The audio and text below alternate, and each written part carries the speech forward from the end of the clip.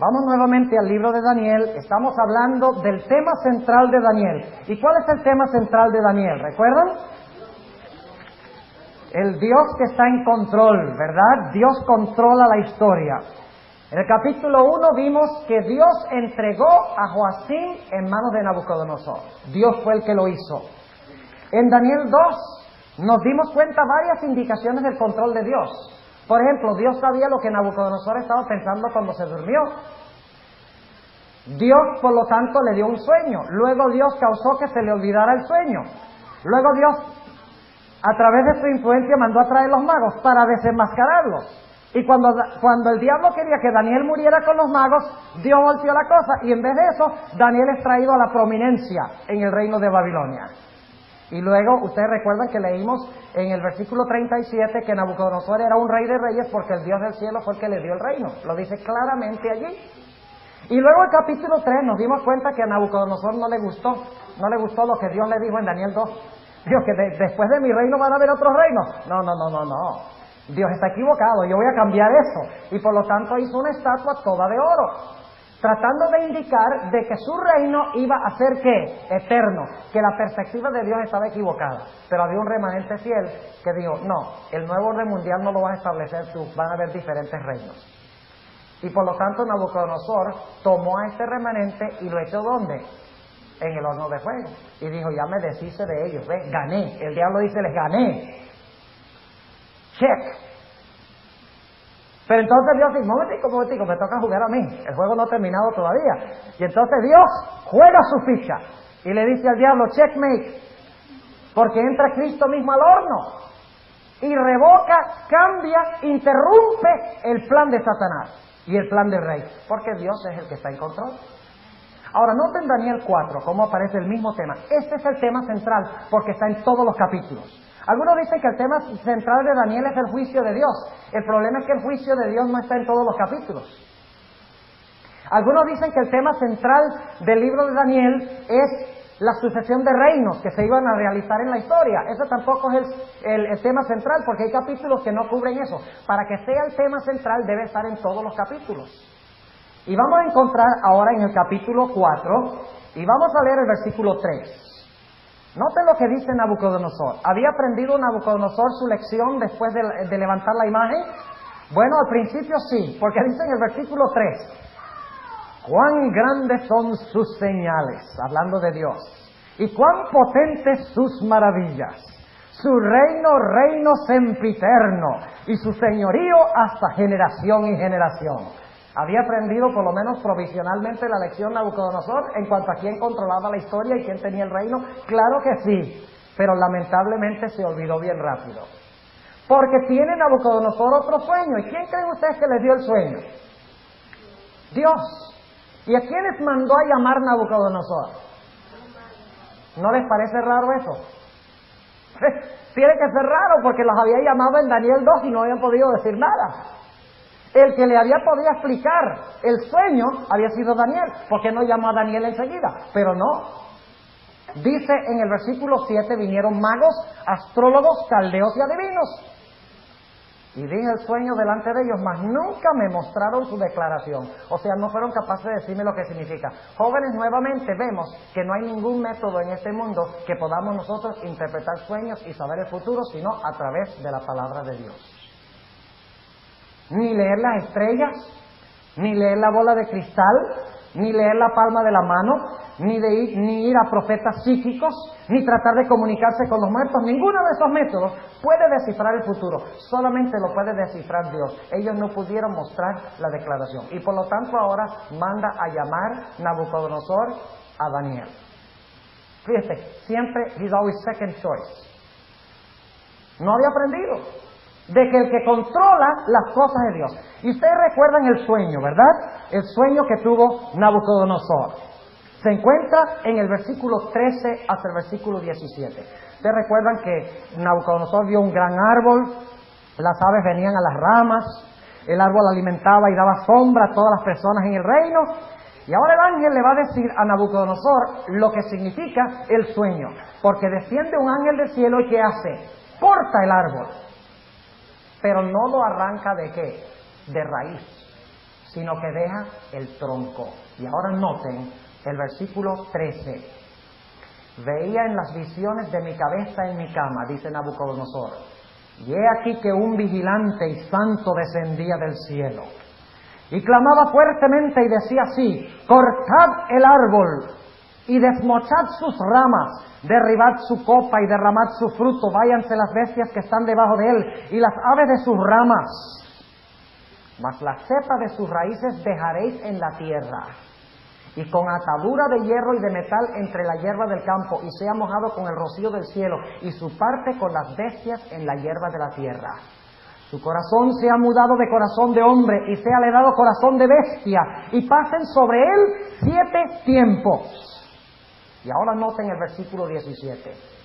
La sentencia es por decreto de los vigilantes.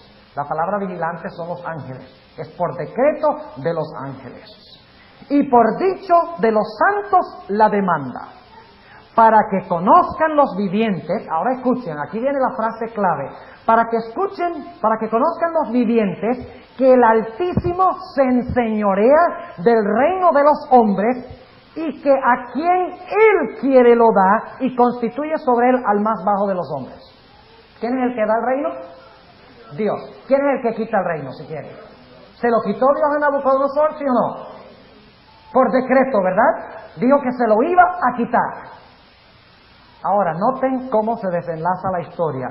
En el versículo 22. Tú mismo eres, oh rey, que creciste y te hiciste fuerte, pues creció tu grandeza y ha llegado hasta el cielo, y tu señorío hasta el cabo de la tierra. O sea, tú eres un gran rey, le dice a Nabucodonosor. Y cuanto a lo que vio el rey, un vigilante y santo que descendía del cielo y decía: cortad el árbol y destruidlo, mas la cepa de sus raíces dejaréis en la tierra, y con atadura de hierro y de metal en la hierba del campo, y sea mojado con el rocío del cielo, y su parte con las bestias del campo, hasta que pasen sobre él 7 tiempos. Esta es la declaración, oh rey, y la sentencia del Altísimo que ha venido sobre el rey mi señor, que te echarán de entre los hombres, y con las bestias del campo será tu morada, y con hierba del campo te apacentarán como a los bueyes, y con rocío del cielo serás bañado, y 7 tiempos pasarán sobre ti, hasta que entiendas. ¿Qué era lo que no entendía Nabucodonosor? Hasta que entiendas que el Altísimo se enseñorea en el reino de los hombres, y que a quien Él quisiere lo dará. Ahora fíjense, en la antigüedad, cuando un rey mostraba nada más un poquito de debilidad, habían un montón de otros listos para quitarle el trono. ¿Saben ustedes que el padre de Nabucodonosor murió en el año 605, según la historia? Y Nabucodonosor estaba en esa época en Jerusalén, cuando su padre murió en Babilonia. Y él tenía tanto temor de que le iban a quitar el reino, mientras él llegaba de Jerusalén a Babilonia, que hizo algo que era insólito en la antigüedad.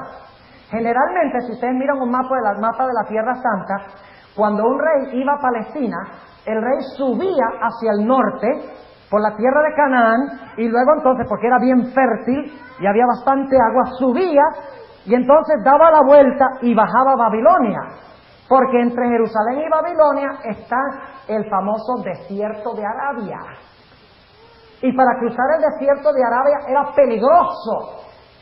Y según dicen los historiadores, Nabucodonosor estaba tan lleno de temor de que le iban a quitar el reino, que en vez de subir por Canaán, por donde era fértil, por donde había agua, donde no había peligro, cruzó el desierto y llegó a la ciudad de Babilonia en solamente 2 semanas de viaje, por temor que le quitaran el reino. Y ahora imagínense, aquí en Daniel 4, pasa este rey loco como un animal por 7 años. Y nadie le quita el reino. ¿Por qué? Buena suerte, ¿verdad? ¿Por qué no perdió el reino? Porque Dios había dicho: te lo voy a quitar, pero en la raíz del árbol va a quedar ¿qué? Cepa, y te será devuelto. Y por eso fue que el reino ¿qué? Le fue devuelto. ¿Por qué creen ustedes que cuando le dispararon a Ronald Reagan no lo mataron? Mala puntería. ¿Por qué creen ustedes que cuando le dispararon al Papa no lo mataron? Ah, porque lo salvó la Virgen del Fátima. ¿Por qué? Porque Dios todavía tenía un ¿qué? Un plan con ellos. Así dice Daniel. Y ahora noten lo que dice Nabucodonosor. Varias veces dice Daniel en la historia, le dice, mira, tú tienes que entender de que tú no eres rey por tu grandeza, sino por la grandeza de Dios. Él te ha dado el reino. Pero ahora noten lo que dice Nabucodonosor, en el versículo 30. Habló el rey y dijo, ¿no es esta la gran Babilonia que yo edifiqué para la casa del reino con la fuerza de mi poder y para la gloria de mi grandeza? Fíjense lo que dice Nabucodonosor. Yo soy tan grande e importante. Y ahora fíjense el versículo 31. Aún estaba la palabra en la boca del rey. Es que ni siquiera le había salido la última palabra todavía. De que el reino él lo había creado por su propia grandeza. Cuando cae una voz del cielo, a ti dicen, rey Nabucodonosor, el reino es traspasado de ti. ¿Quién lo traspasó? Dios. Y luego noten el versículo 32. Y de entre los hombres te echan. ¿Quiénes te echan? Los vigilantes, ¿recuerdan? Y con las bestias del campo será tu morada, y como a los bueyes te apacentarán, y 7 tiempos pasarán sobre ti, hasta que conozcas que el Altísimo se enseñorea en el reino de los hombres, y a quien Él quisiere lo da. ¿Quién pone reyes y quita reyes en 2 Daniel 4? Dios es el que pone y quita reyes, y los quita por un tiempo y los pone otra vez si Él quiere. Ahora vamos a Daniel capítulo 5. Daniel capítulo 5 habla de la caída de Babilonia. Ahora déjenme darles un poco de contexto histórico para que puedan entender lo que está pasando en Daniel 5. Dentro de la ciudad se encontraba el rey Belsasar. Su padre, Nabonido, se había ido a un oasis en el desierto de Arabia llamado Teima, y había dejado a su hijo gobernando en la ciudad de Babilonia. Habían cerrado todas las puertas de la ciudad de Babilonia porque habían oído que venían los medos y los persas para tratar de tomar la ciudad, y por lo tanto habían cerrado todas las puertas de los muros. Y recuerden que habían 3 muros en la ciudad de Babilonia, y el muro de afuera era tan ancho que podían cabalgar 3 carretas aladas por caballos encima del muro. Así de ancho era. Por lo tanto, era una ciudad inexpugnable. Por el centro de la ciudad pasaba un río. Y por lo tanto ellos decían, si viene un ejército contra Babilonia no hay ningún problema, porque tenemos abundancia de agua. El río pasa por la ciudad, tenemos abundancia de peces, tenemos agua para regar la tierra y sembrar comida. La gente que venga contra la ciudad, cuando esté afuera, tendrá que aburrirse y finalmente irse, porque la ciudad no puede caer. Y por esa razón, fíjense, yo a veces me preguntaba, ¿por qué estaban ellos celebrando un banquete si los ejércitos enemigos estaban circulando la ciudad? Ya los ejércitos enemigos habían llegado. Y aquí Belsasar manda a convocar un banquete. Qué interesante, en vez de estar todos listos para enfrentarse al enemigo, están celebrando un banquete. ¿Saben por qué? Porque en el libro de Daniel y también en el libro de Ezequiel y Jeremías 50 y 51 se concebía de que Babilonia era invencible, inexpugnable, no se podía vencer, porque su baluarte, su fortaleza era demasiado grande, y por lo tanto ahora celebran un banquete. Y ahí es que vamos a mirar la historia que encontramos aquí. De repente aparece una mano escribiendo en la pared. ¿Y qué escribe esa mano? Mene, Mene, Tekel, Uparsin. E inmediatamente el rey Belsasar se llena ¿de qué? De terror. Y fíjense cómo se describe. En el versículo 6 dice, entonces el rey se demudó de su color, o sea, se puso pálido. Sus pensamientos lo turbaron, desatáronse las ceñiduras de sus lomos y sus rodillas se batían la una con la otra. Estaba temblando de miedo, según dice aquí. ¿Y a quiénes manda llamar? A los magos, los astrólogos y a los adivinos. Gente que no aprende, óigame. Y cuando ellos no son capaces de decirle, le dicen al rey, no, nosotros no sabemos nada de esto. Entonces se le recuerda a Belsasar que hay un hombre en el reino llamado Daniel, que había interpretado sueños para Nabucodonosor, y por lo tanto manda a llamar a Daniel. Y noten lo que dice Daniel en el versículo 18, el mismo tema otra vez. El Altísimo Dios, oh Rey, dio a Nabucodonosor tu padre el reino. ¿Quién se lo dio a Nabucodonosor? Dios. La grandeza y la gloria y la honra. Y por la grandeza que le dio, todos los pueblos, naciones y lenguas temblaban y temían delante de él. ¿Por qué temían las naciones a Nabucodonosor? Porque Dios le había dado ¿qué cosa? El reino. Versículo 20. Mas cuando su corazón se ensoberbeció y su espíritu se endureció en altivez, fue depuesto. Tenemos que tener cuidado de la forma como leemos la Biblia. Tenemos que leer en qué tiempo están los verbos. No dice que se depuso, dice que fue depuesto. ¿Qué significa eso? Que otro ¿qué? Lo depuso. Fue depuesto del trono de su reino.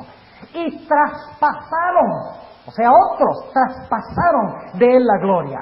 Y fue echado. Es otro el que se lo está haciendo. ¿Quién se lo está haciendo? Dios. Y fue echado de entre los hijos de los hombres. Y su corazón fue puesto con las bestias y con los asnos monteses. Fue su morada. Hierba le hicieron comer. Fíjense, no es que él quiso decir, ¡ay, qué sabrosa esta hierba! No, le hicieron comer hierba como a buey, y su cuerpo fue bañado con el rocío del cielo, hasta que conoció que el Altísimo Dios se enseñorea del reino de los hombres y pondrá sobre él al que él quisiere. ¿Ustedes creen que eso todavía funciona hoy en día? ¿Ustedes creen que todavía Dios pone reyes? ¿Pone Dios gobernadores? ¿Sí o no? Claro que sí. ¿Dios está vivo todavía? ¿Está en control todavía? ¿O es que en los tiempos bíblicos estaba en control, pero dijo, no, yo estoy aburrido ya de ese mundo, déjalo que funcione como quiera? No, Dios todavía controla las cosas. Y ahora noten lo que dice en el versículo 23. Antes contra el Señor del cielo te has ensoberbecido e hiciste traer delante de ti los vasos de su casa. Y tú y tus príncipes, tus mujeres y tus concubinas bebisteis vino en ellos. Demás de esto a dioses de plata y de oro, de metal, de hierro, de madera y de piedra, que ni ven ni oyen ni saben, diste alabanza. Y al Dios en cuya mano está tu ¿qué? Tu vida, y cuyos son todos tus caminos, nunca honraste. No reconociste al verdadero Dios. Versículo 24. Entonces de su presencia fue enviada la palma de la mano que esculpió esta escritura. Y la escritura que esculpió es Mene Mene Tekel Uparsin. La declaración del negocio es Mene, contó Dios tu reino y lo ha rematado. ¿Quién le quitó el reino? A Belsasar. Dios contó tu reino y ha lo rematado. Tekel, pesado has sido en balanza y fuiste hallado alto. Pérez, tu reino fue roto y es dado a los medos y persas. Es dado a los medos y persas. ¿Quién se lo dio a los medos y persas? Dios. Y luego dice el versículo 30, la misma noche fue muerto Belsasar, rey de los caldeos, y Darío de Media tomó el reino siendo de 62 años. ¿Quién le dio el reino a Darío? Dios. ¿Quién gobierna la historia? ¿Quién pone y quita reyes? Dios. Ahora déjenme preguntarle, si Dios puede controlar algo tan complicado como la historia, ¿ustedes creen que Él va a tener algún problema en controlar la vidita de ustedes? ¿Ah? ¿Pero qué tengo que hacer? Yo tengo que colocarme bajo su control y cumplir su plan. O si no, yo seré ¿qué? Quitado.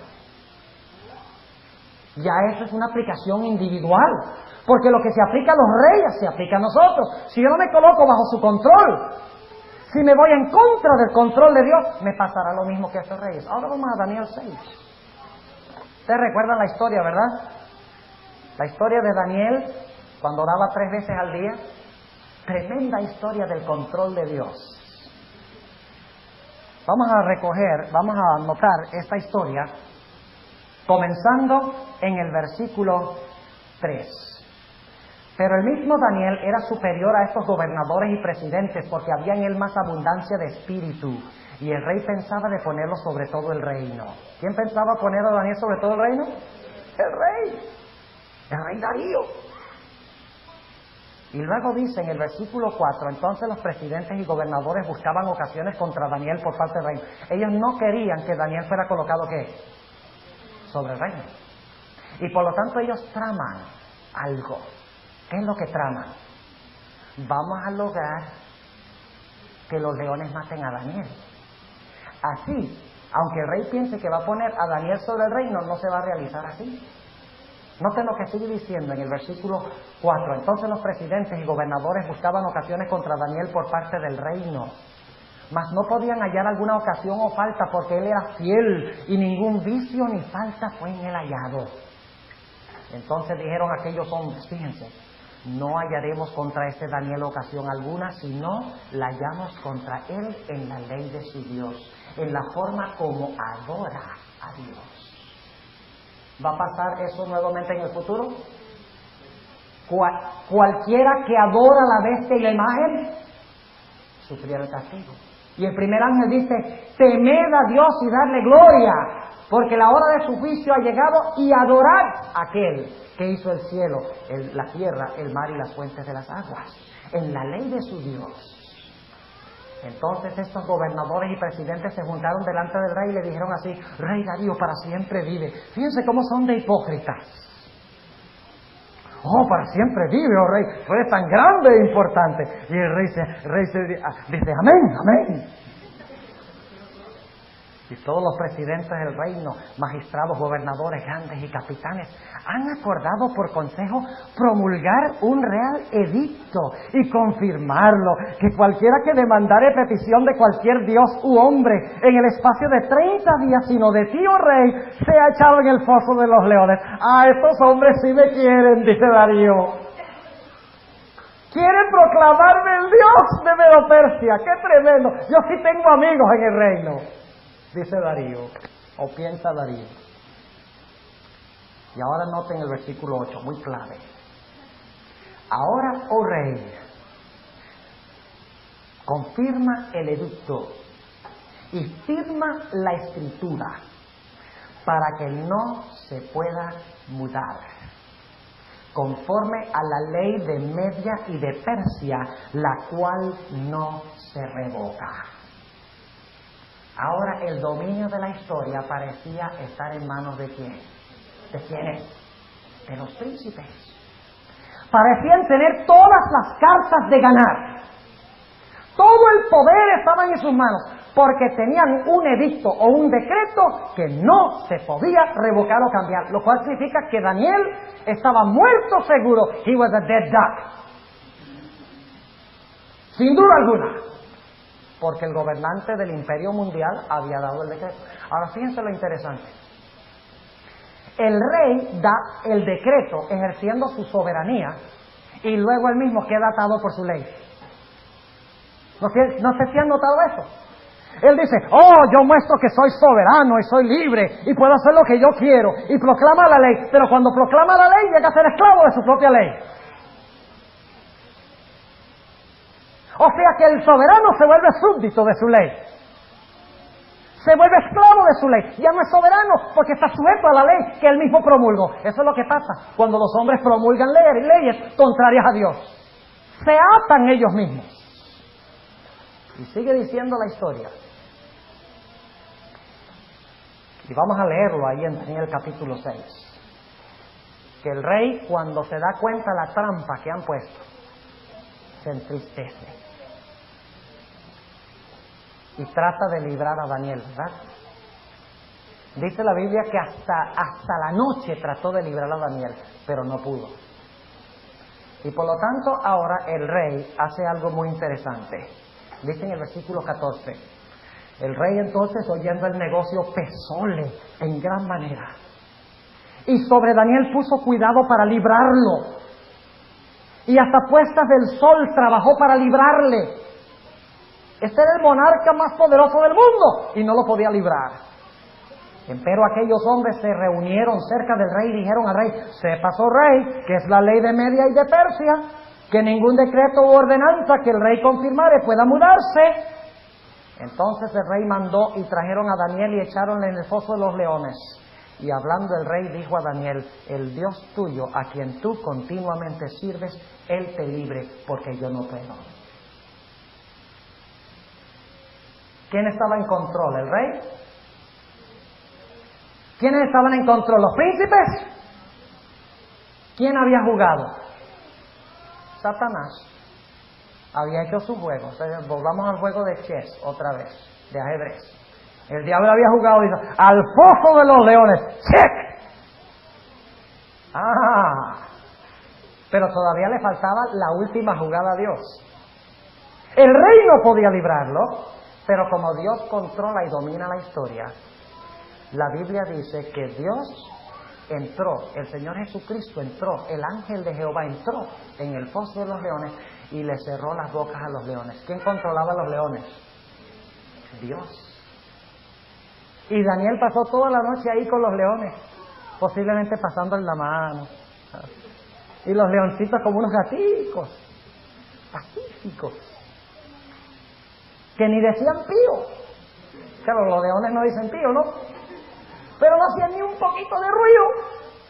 Y la próxima mañana el rey llega y dice: ay, yo no lo pude librar, yo no tenía el poder para librarlo, aunque soy el monarca de todo el mundo. Ahora voy a ver si el Dios de él intervino para librarlo. Y va y le dice, según el versículo 20, y llegando cerca del foso llamó a voces a Daniel con voz triste.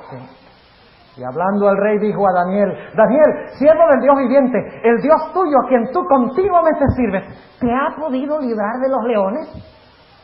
¿Tiene tanto poder este Dios que ha controlado las bocas de los leones? Versículo 21.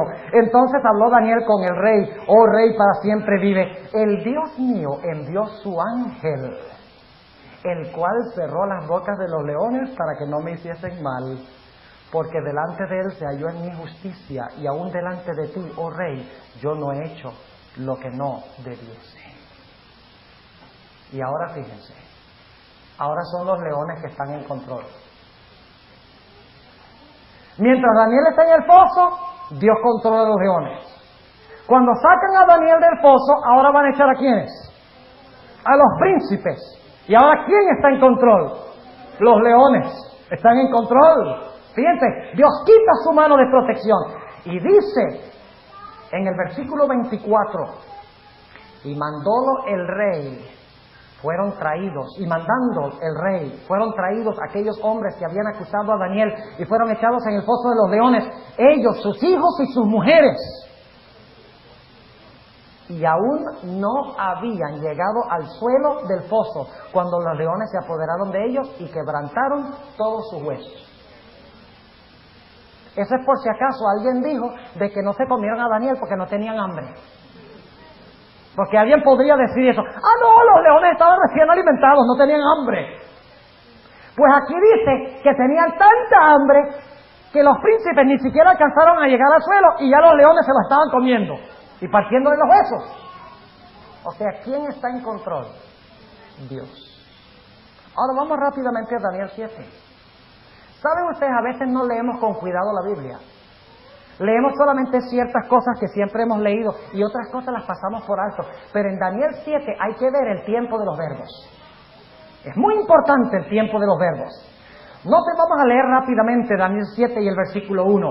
En el primer año de Belsasar, rey de Babilonia, vio Daniel un sueño y visiones de su cabeza en su cama. Luego escribió el sueño y notó la suma de los negocios. Habló Daniel y dijo: veía yo en mi visión de noche, y he aquí que los 4 vientos del cielo combatían en la gran mar, y 4 bestias grandes diferentes la una de la otra subían de la mar. La primera era como león y tenía alas de águila. Yo estaba mirando hasta tanto que sus alas, escuchen, sus alas ¿qué? Fueron arrancadas. ¿Qué indica eso? De que otro se las ¿qué? Se las arrancó. ¿Quién? Dios. Que sus alas fueron arrancadas. Y note lo que sigue diciendo: y fue quitada de la tierra. La misma palabra. Dios pone reyes y ¿qué? Quita reyes. Fue quitada de la tierra. ¿Quién quitó a Babilonia como reino mundial? Dios. Y púsose enhiesta sobre los pies a manera de hombre y fuele dado corazón de hombre. Y ahora noten la segunda bestia, versículo 5. Y he aquí otra segunda bestia, semejante a un oso, la cual se puso a un lado, o sea, más alto en un lado que en otro. Y tenía en su boca 3 costillas entre sus dientes, y fuele dicho así: levántate, traga carne mucha. ¿Por qué tragó mucha carne el oso? ¿Por qué? Porque le fue dicho que lo hiciera. ¿Quién fue el que le dijo que lo hiciera? Dios. Y ahora noten el versículo 6. Después de esto yo miraba y he aquí otra, semejante a un tigre o un leopardo, y tenía 4 alas de ave en sus espaldas. Tenía también esta bestia 4 cabezas, y ahora noten la última frase: y fuele dada potestad. Otra vez, fuele dada potestad. Alguien le dio potestad. Y luego entonces habla de la bestia terrible. Y no vamos a leer los versículos, pero vamos a saltar al versículo 11. Yo entonces miraba a causa de la voz de las grandes palabras que hablaba el cuerno, es decir, el cuerno pequeño. Miraba hasta tanto que mataron la bestia. ¿Y su cuerpo qué? Fue deshecho y entregado para ser quemado en el fuego. Habían también quitado a las otras bestias su señorío. ¿Quién es el que le quita el señorío? Según hemos visto en Daniel, Dios. Y les había sido dado prolongación de vida hasta cierto tiempo. Y luego viene Jesús sobre las nubes del cielo y dice en el versículo 14: fuele dado señorío y gloria y reino para que todos los pueblos le sirvieran. ¿Por qué se levantó Babilonia y por qué cayó? Porque Dios lo puso y lo quitó. ¿Por qué se levantó Medo-Persia y cayó? Porque Dios lo colocó. ¿Por qué se levantó Grecia y se cayó? Porque Dios lo determinó así. ¿Por qué se levantó la bestia terrible y cayó? Porque Dios había dicho que ese iba a ser la fuerza de ese reino, porque ese reino iba a apostatar en contra de él. Porque el cuerno, inclusive el cuerno pequeño, prosperó. Ustedes pueden leerlo, vamos a anotar eso. En el capítulo 7, y vamos a leer el versículo 21, dice: veía yo que este cuerno hacía guerra contra los santos, ¿y qué? Y los vencía. Y por eso en Apocalipsis 6, los santos que están debajo del altar claman y dicen: ¿hasta cuándo, Señor, va a pasar que nos van a matar a nosotros? Sin que tú hagas justicia. ¿Hasta cuándo tus hijos van a morir y los impíos van a vencer? ¿Hasta cuándo, Señor? Dice aquí que el cuerno pequeño los iba a vencer. ¿Por qué iba a vencer el cuerno pequeño? Porque era más fuerte que los santos. No, ¿por qué? Vamos a leer el versículo 25. Y hablará palabras contra el Altísimo, y a los santos del Altísimo quebrantará, y pensará en mudar los tiempos y la ley, y entregados serán en su mano la ley, los santos, ¿y qué más? Y las palabras de Dios iban a ser entregadas en manos del cuerno pequeño, pero Dios dijo solamente por cierto tiempo. Hasta tiempos y la mitad de un tiempo. Ese es el único periodo cuando el cuerno pequeño va a hacer esto. Y luego el cuerno pequeño va a ser herido mortalmente. Entonces la pregunta es: ¿quién es el que está en control de la historia? ¿Quién es el que levanta y quita reyes? ¿Notan ustedes la importancia de Daniel 2:21? El versículo clave del libro de Daniel. Dios cambia los tiempos y las oportunidades. Dios pone reyes y quita reyes. A través de todo el libro de Daniel está este tema central. Y ustedes pueden leer el capítulo 8, que no vamos a ir por todo el libro ahora, pero leen el capítulo 8, habla del mismo cuerno pequeño y dice que el cuerno pequeño le sucedió prósperamente. Vencía a los santos, pisoteaba la verdad, le quitaba el sacerdocio a Jesús, echó por tierra el santuario y le fue bien. Pero luego se hace la pregunta: bueno, ¿y hasta cuándo va a pasar esto? Dios dice: esto yo lo voy a permitir hasta 2300 días y el santuario será purificado. Hasta ese momento lo voy a permitir, y de ahí en adelante yo voy a tomar las riendas.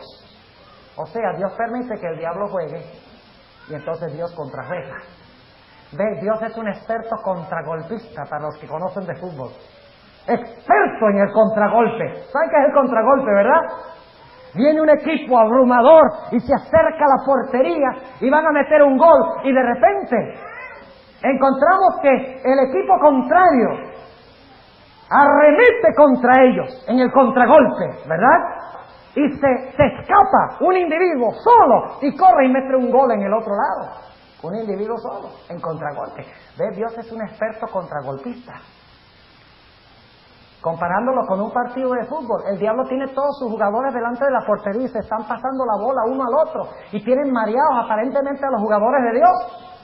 Y el pobre portero anda de un lado para el otro porque parece que a Dios le van a meter el gol de ganar el juego. Pero en este momento el Señor Jesucristo patea la bola y se escapa un jugador y va a hacer un gol en la portería contraria. Este es el golpe y el contragolpe de la historia. Aparentemente Satanás gana. Pero cuando parece que va a ganar, últimamente, ¿quién interviene? Dios. ¿Y saben ustedes algo? Dios controla tanto la historia, según Daniel 9, que inclusive fue capaz de decir la fecha exacta cuando Cristo fue bautizado. En la profecía de las 70 semanas, Dios dijo, mire, en el año 27, mi hijo será bautizado. ¿Pasó así? ¿Sí o no? Claro que sí. Y dijo, y es más, 3 años y medio después de bautizarse, lo van a matar. Óigame, y esto es 483 años antes de que sucediera. La Biblia dice, cuando vino el cumplimiento del tiempo, Dios envió a su Hijo. Y cuando Jesús comenzó su ministerio, el Señor Jesucristo dijo, el tiempo se ha cumplido. El tiempo de las 70 semanas se había cumplido. Y Dios dice, ahora yo mando a mi Hijo, ahora me toca a mí. Fíjense cómo controla Dios la historia, que inclusive da la fecha exacta del nacimiento, no del nacimiento, pero del bautismo de Jesús y la muerte de Jesús y el apedreamiento de Esteban. Más de 480 años antes de que sucediera. Solo uno que conoce la historia y controla la historia puede hacer eso.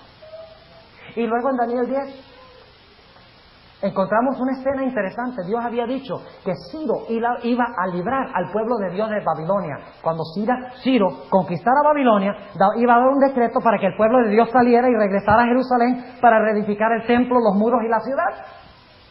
Pero aparentemente no iba a suceder porque según Daniel 10, el ángel Gabriel, que tomó el lugar de Lucifer, dicho sea de paso, estaba ya en Persia y estaba luchando con el corazón de Ciro y diciéndole a Ciro, mira Ciro, deja salir al pueblo de Dios, da el decreto, como lo dice la profecía de los 70 años de Jeremías 25, porque había una profecía de 70 años donde Dios había dicho que cuando terminara el cautiverio, el rey Ciro iba a dar un decreto para que el pueblo de Dios saliera para reedificar los muros, la ciudad y el templo. Pero ahora Gabriel luchaba con Ciro y le decía a Ciro, mira Ciro, hazlo, deja ir al pueblo, cumple la profecía como se encuentra en la Biblia. Pero había otro que estaba obrando sobre la mente de Ciro, se conoce como el príncipe de Persia. ¿Y saben quién es el príncipe de Persia según el espíritu de profecía? Satanás. Y Satanás por el otro lado le estaba diciendo a Ciro, no le hagas caso a Gabriel, no le hagas caso. No dejes salir al pueblo para que vayan a la ciudad a reconstruir el templo, los muros y las casas. No lo dejes. Y Gabriel por un lado diciendo, hazlo. Y el príncipe de Persia, Satanás, diciendo, no lo hagas. Y pasaron 3 semanas en esa lucha, según dice Daniel el capítulo 10.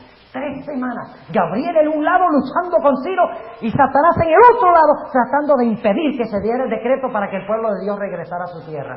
Tal cual lo había dicho Jeremías. Y cuando la cosa parecía estar casi perdida, de repente vino a ayudar a Gabriel, ¿quién? Miguel. ¿Y quién es Miguel? Jesús. Vino Miguel y unió sus fuerzas con Gabriel. Y ahora el príncipe de Persia, Satanás, no podía hacer nada. Y como resultado de la obra de Gabriel y de Miguel sobre la mente de Ciro, el gobernante, él dio el decreto y el pueblo de Dios regresó para edificar los muros, la ciudad y el templo. ¿Quién controla la historia? Dios controla la historia, jóvenes. Y en Daniel 11, que va a ser nuestro capítulo de estudio, no vamos a llegar a Daniel 11 sino hasta el martes en la mañana. Porque mañana vamos a hablar de la estructura de Daniel y de Apocalipsis. Y por la noche vamos a hablar de algunos principios que necesitamos entender para poder interpretar correctamente Daniel 11. Pero en Daniel 11 encontramos lo mismo que hemos mencionado. Y en la última parte del capítulo 11 habla del rey del norte, que arrasa con todo lo que encuentra en su camino. Arrasa con todas las naciones conocidas en su época. Inunda como un gigantesco diluvio. Y parece que va a conquistar todo. Y finalmente llega allá a la ciudad de Jerusalén, afuera de la ciudad de Jerusalén. Es lo único lo que queda por conquistar. Más nada.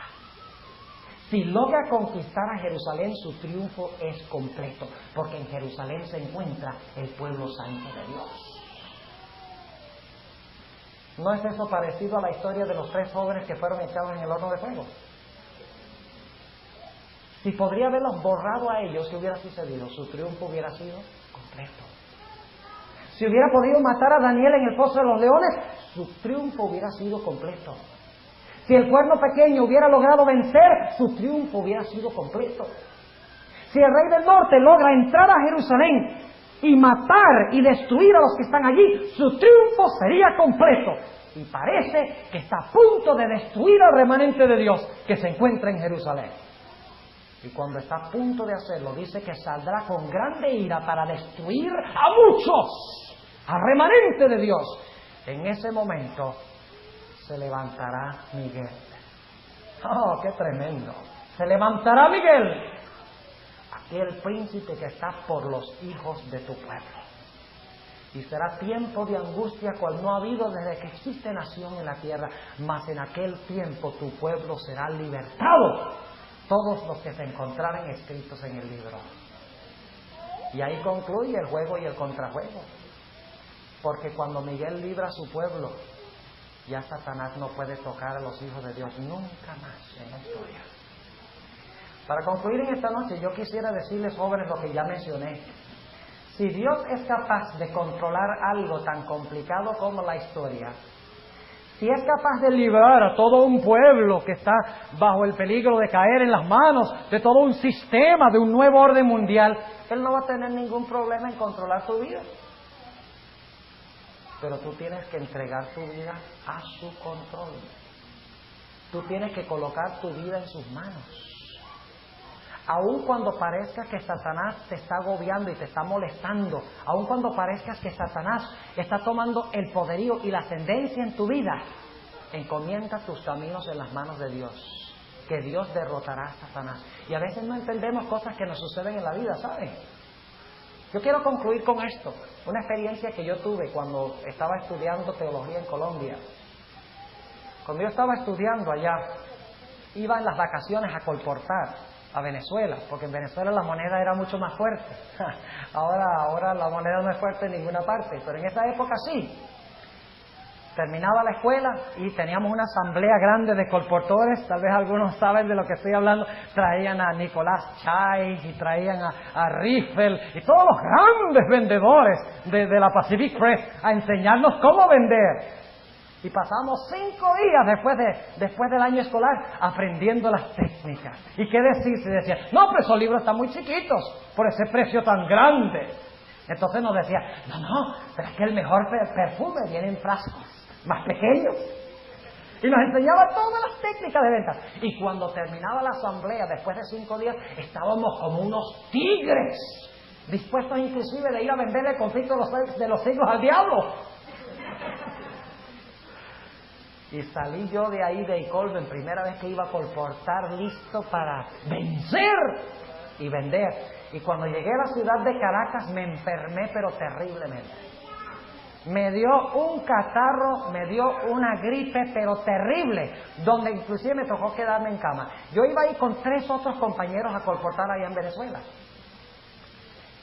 Y ellos me dijeron, bueno, nosotros no te podemos esperar porque cada día es oro de la vacación. Mientras cada día pasamos aquí en Caracas, menos vendemos y necesitamos ganarnos la beca. Así que mejórate y cuando te mejores te vienes. Íbamos a colportar en una ciudad que se llama El Tigre. Y era de verdad un tigre, porque era caliente como un horno de fuego ardiendo. Descubrí después.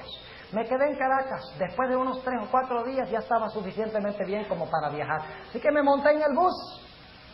Y era un viaje más o menos entre 11 y 12 horas para llegar desde la capital, Caracas, hasta la ciudad del Tigre. Viajaba uno toda la noche, viajé toda la noche, la próxima mañana llegó el bus a la estación en el Tigre. Yo no conocía ese lugar, nunca había estado allí. Todavía sentía un tremendo celo por salir a vender. Y me habían dado una dirección donde ir, donde debían estar los compañeros. Así que salí del bus cargando mi maleta y un bolso sobre el hombro y medio tropezándome. Fui allá y caminé algunas cuadras y llegué a la iglesia, al lugar, a la iglesia donde supuestamente se estaban quedando los muchachos. Y encontré un edificio allí que no tenía ni siquiera número, pero el número de la casa anterior y el número de la casa subsiguiente me decían que ese era el número. Y miro yo y veo, y lo que había era un edificio abandonado con todas las ventanas rotas. Gracias. Con todas las ventanas rotas, la puerta tumbada y el monte hasta la mitad de las paredes. Y aquí no vive nadie. Y entro yo en medio de ese monte y voy y miro por la ventana y no había nada por dentro. Estaba eso abandonado completamente. Se veía que no se había reunido nadie ahí. Lo único que pude conseguir detrás de unos matorrales era un avisito que decía Templo Adventista. Y digo ahora, ay, ¿qué voy a hacer yo ahora? No tenía ni un centavo. No tenía otra dirección para saber dónde estaban los compañeros. Estaba, como decimos en Colombia, varado. Up a creek without a paddle. Y eso es terrible. Y digo ahora, ¿qué voy a hacer? Y me siento yo delante de la iglesia ahí chasqueado. Se me desinfló todo el celo de ventas. Del susto tan terrible. No sabía qué iba a hacer. En ese tiempo tenía como 19, 20 años. Y me senté ahí chasqueado y lo peor es que no podía ir a ver si conseguía los compañeros, porque ¿quién cargaba esa maleta y ese bolso por toda la ciudad? No podía, pero tampoco podía dejar eso allí, porque entonces si lo dejaba y me iba, me robaban. Así que ahí estaba sentado, chasqueado, diciendo, bueno, ¿y por qué Dios permite que pase esto así? Si acaso yo vengo a hacer la obra de Él, yo vengo a vender los libros, a dispersar la página impresa, a evangelizar a ese pueblo. ¿Cómo es que el Señor hace que algo me suceda así? Estaba yo renegando contra Dios. Pero Dios es bueno. Y cuando estaba renegando peor, de repente apareció un muchacho, un jovencito, yo creo que tendría 14 o 15 años. Me dice, Señor, ¿qué hace usted aquí? Yo le digo, bueno, yo soy adventista y yo vine aquí para vender libros y me dijeron que mis compañeros iban a quedarse aquí, pero aquí parece que no ha habido reuniones por meses. Él dice, no, meses no, años. Aquí no ha habido servicio por años. Le digo yo, oye, ¿tú no has oído de 3 muchachos que han venido aquí a la ciudad nuevos? Porque era una ciudad más bien pequeña donde todos se conocen. Y el muchacho dijo, no, yo no he oído nada. Y yo le dije, yo no sé qué voy a hacer, no tengo dinero. No me puedo ir a Caracas, ni siquiera tengo para llamar por teléfono. Me dice, mira, yo veo que tú estás en un problema. Dice, vente por mi casa. Vivía enfrente de la iglesia, me había visto. Dice, vente a mi casa. Y era la hora de la cena y ese muchacho mandó a su mamá a que pusiera un plato de comida ahí en la mesa. Comí y me dijo, mira, puedes dormir aquí en mi casa esta noche. Fíjense cómo es Dios de bueno cuando nosotros somos malos. Cuando nosotros renegamos, a veces Dios es bueno con nosotros. Siempre es bueno cuando vemos su plan. Y entonces yo me estaba sintiendo un poco mejor. Por lo menos no tengo que dormir en la calle. Yo tengo que dormir ahí en el monte. Y el muchacho me dice, es más, no hay ningún problema. Esta noche vamos a buscar a los compañeros, a ver si los encontramos. Porque yo sé que han venido colportores aquí en años anteriores y ellos han visitado. Ellos les gusta vender en los bares de noche. Porque es que los borrachos compran, no saben lo que están comprando. Entonces dice, vamos a buscarlos por la noche. Digo, bien, está bien. Así que por la noche fuimos por todas las calles donde estaban los negocios abiertos, restaurantes, bares y todo, y ni rasgo de los compañeros. Pasaron 3 días. Y ahora yo estaba bien desanimado, yo no sabía qué iba a hacer, pues no sabía dónde estaban los compañeros, todavía medio enfermo. Y el muchacho después de 3 días me dice, yo no sé por qué no lo dijo el primer día, tal vez el Señor quería probar la fe mía, y yo no entendía por qué yo estaba en esa situación. Después descubrí que era que el diablo estaba jugando. Y menos mal que esperé hasta que Dios hiciera el contrajuego. Porque si no, nunca se hubiera realizado el plan que tenía Dios para mi vida en ese lugar ese verano. Pero después de 3 días el muchacho me dice, ¿sabes? Yo conozco una señora que pertenecía antes a la iglesia adventista. Petra Fajardo se llama ella. Bueno, se murió, pero una tremenda mujer. Así que yo le dije, vamos.